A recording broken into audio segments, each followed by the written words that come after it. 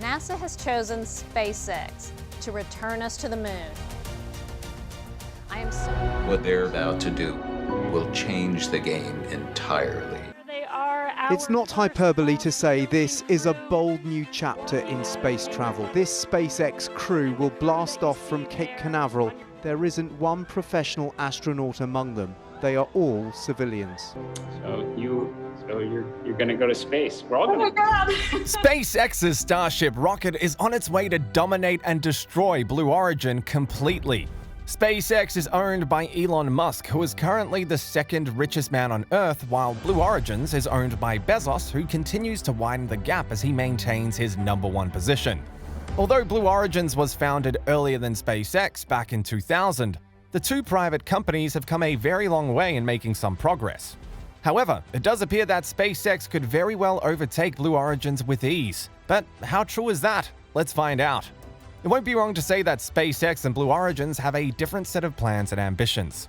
While Elon is actually aiming big by planning to colonize Mars over the next few decades, the approach taken by Bezos is perhaps going to yield more immediate results. It was only a couple of months ago that Bezos, along with 3 other people, flew out to low-orbit space himself and established Blue Origin's low-orbit flights as a wonderful way for space enthusiasts to spend their money. However, simply traveling to where space starts outside the Earth is not nearly enough for SpaceX. SpaceX aims to actually colonize Mars in the near future, but to be able to do that, they need the right technology, equipment, and progress in the matter. It turns out that Starship is exactly what they're developing to get around their Martian problems. Having a look at the southernmost tip of Texas alongside the Gulf of Mexico, there is a gleaming stainless steel rocket that has been rising from the salt marshes. At a height of around 400 feet, the new SpaceX rocket will end up being taller than the Saturn V, which was the rocket that carried NASA's Apollo missions to the moon. The new rocket and its 33 engines will also be able to deliver twice the thrust, and it's Elon Musk, who is the founder of SpaceX, who is also meant to play a key role in one day establishing a human colony on Mars. However, it can be important to see the effect the name alone has had so far.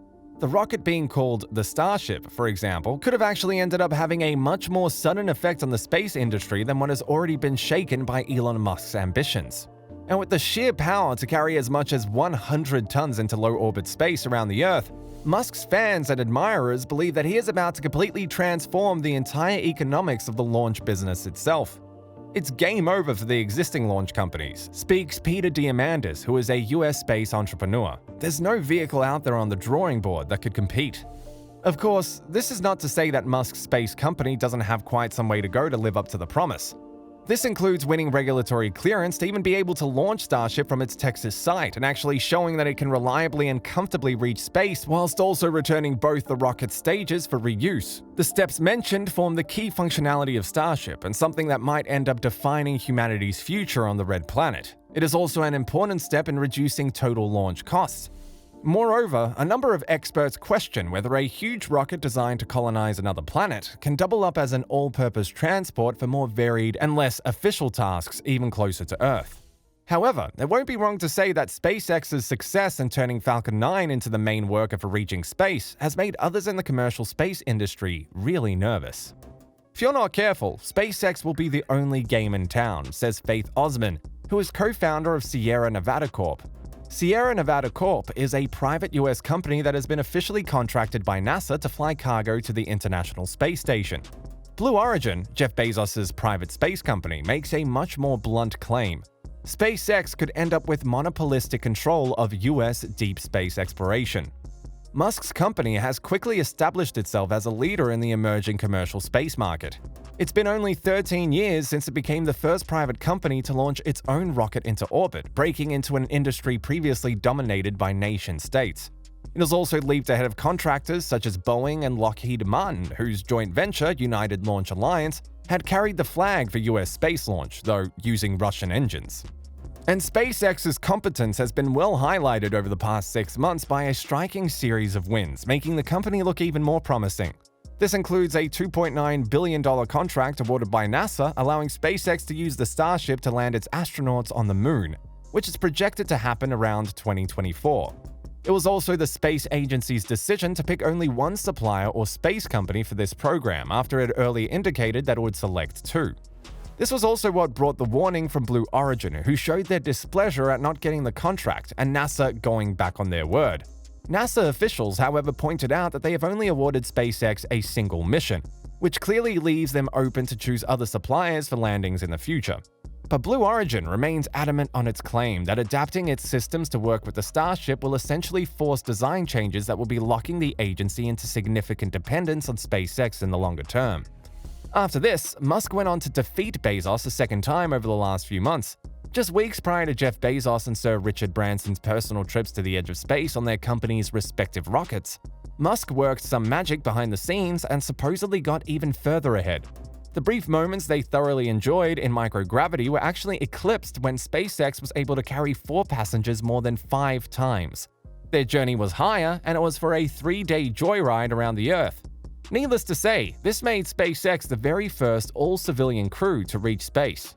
In fact, SpaceX also announced the initial 500,000 orders for its Starlink broadband network, which officially made it the first in a new era of broadband communications companies operating from a cluster of satellites in low orbit, which is roughly around 500 kilometers above the Earth. SpaceX's optics got a further polish when NASA said that 2 astronauts who had been scheduled to fly on a Boeing spacecraft would proceed to be switched to SpaceX's spaceship instead. NASA, which actually defined an earlier era of aerospace, has hit too many technical obstacles to successfully take up astronauts on its first commercially developed spaceship. Of course, this also put SpaceX well behind what until recently was nothing more than startup. So how big will the SpaceX Starship actually be? All thanks to a new illustration, we are able to have a somewhat clearer idea.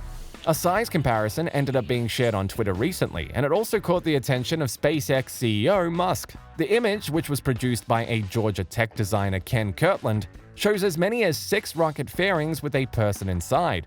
The person, in scale to the rocket, is able to demonstrate the rocket's sheer massiveness. The image also shows a United Launch Alliance fairing in the standard as well as extended variants. Then there is a Blue Origin New Glenn fairing, followed by 3 SpaceX fairings.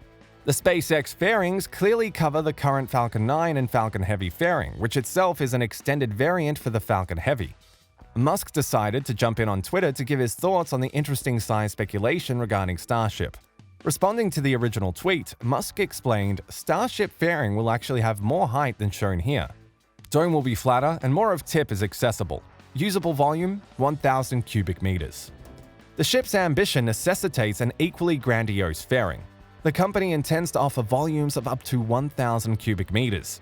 That should result in pressurized cabin space of comparable size to an Airbus A380. Musk has already explained before his plans to offer cabins for 2 to 3 people, using each side of the room more effectively due to the nature of zero gravity. And how does the Starship fairing really compare to the other ships?